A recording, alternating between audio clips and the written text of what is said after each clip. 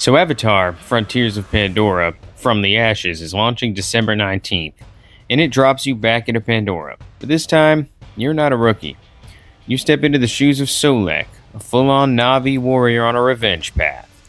This expansion is built around a darker story, brutal new enemies, and a shifting gameplay style that actually changes how the world feels. In this video, let's break down 10 key things you should know before you buy it, so you don't go in blind, waste money, or miss what makes this DLC actually different. Standalone story as Solek. From the Ashes is a separate story expansion where you play as Solek, a Na'vi warrior haunted by his past and fighting to rescue his Sorrentu family. The plot revolves around vengeance and survival as the RDA returns with new tech and a warband of ruthless Ash Clan warriors, turning the once lively Kinglor Forest into a burning war zone. The DLC is set after the base game and ties into the upcoming Avatar Fire and Ash movie, so the vibe is more intense and cinematic. If you care about Avatar lore, this is basically a focused, character-driven side story instead of just extra missions. New third-person gameplay option.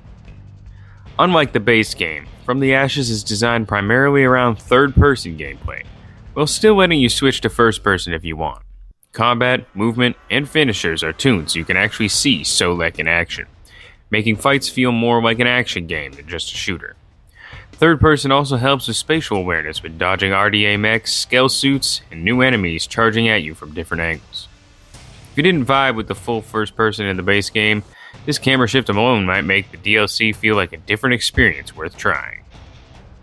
Warrior senses and slow motion. Solek gets a unique warrior senses mechanic.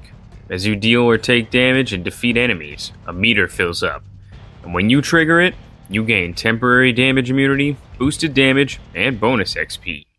Enemies get highlighted, weak spots become clearer, and it basically lets you go into a lethal rage mode that rewards aggressive play. On top of that, there's a slow motion aiming ability that kicks in while you aim, giving you more time to pick targets and land precise shots during chaotic fights. Together, these systems make Solek feel more like an experienced warrior than a standard shooter protagonist. New brutal takedown finishers.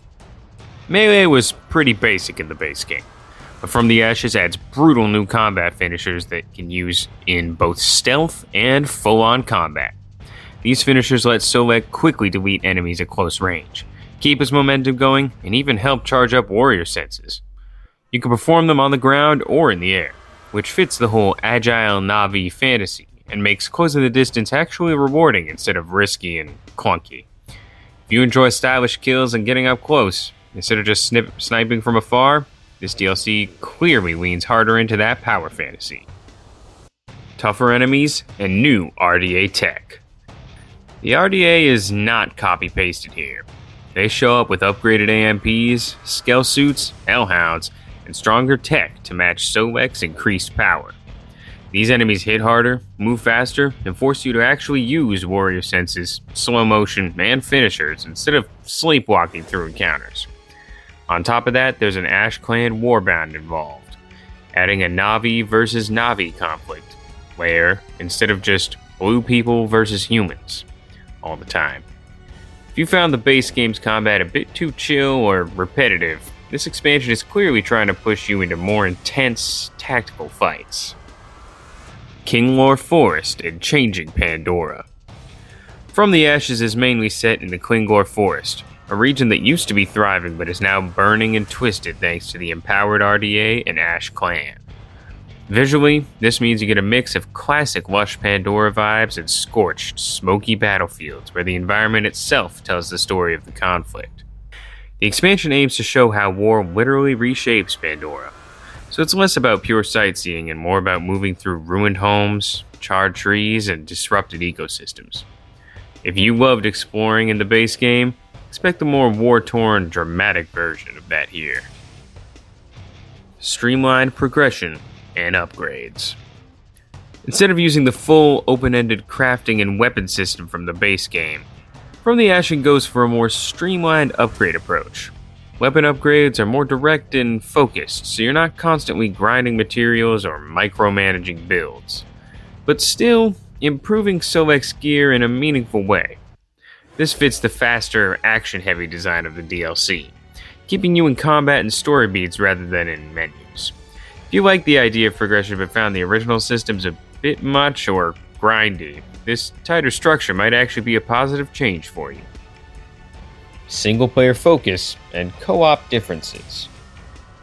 It is described as a single-player only style experience built around Solek's personal story, even though the platform listings still support up to 2 online players like the main game. The design and narrative moments are tuned for a solo Navi warrior journey rather than drop-in co-op progression like in the base campaign. So if you mainly enjoyed Frontiers of Pandora as a chill co-op hang, manage expectations. This DLC leans more into focused, story-driven solo play with a specific character and powers. Think of it less like a shared sandbox and more like a self-contained action campaign. Platforms, access, and additions. Avatar Frontiers of Pandora From the Ashes is available on the same platforms as the base game, including PlayStation 5 and PC via Ubisoft Connect, Epic, and other supported stores. You can get it as a standalone expansion on some storefronts, or as part of the From the Ashes edition, which bundles the base game plus the DLC in one package.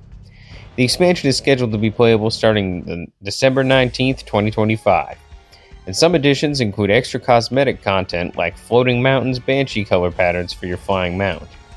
So check what you already own before buying to avoid double paying for the base game. Timeline, tone, and who it's for. Story-wise, From the Ashes happens roughly 6 months after the base game and a few weeks after the upcoming Avatar Fire and Ash movie, so it's tightly tied into the wider Avatar timeline. The overall tone is darker and more intense, focusing on vengeance, burned lands, and heavier combat instead of the chill exploration vibe many players like from the original campaign. This DLC is mainly for players who enjoyed the world but wanted sharper combat, stronger protagonists, and a more streamlined, action-focused experience, rather than another long, slow-burn journey. If that sounds like your thing, it's worth keeping on your radar. So that's Avatar Frontiers of Pandora From the Ashes in a nutshell. A darker, third-person focused expansion built around Solek's revenge, new powers, and a war-torn Pandora.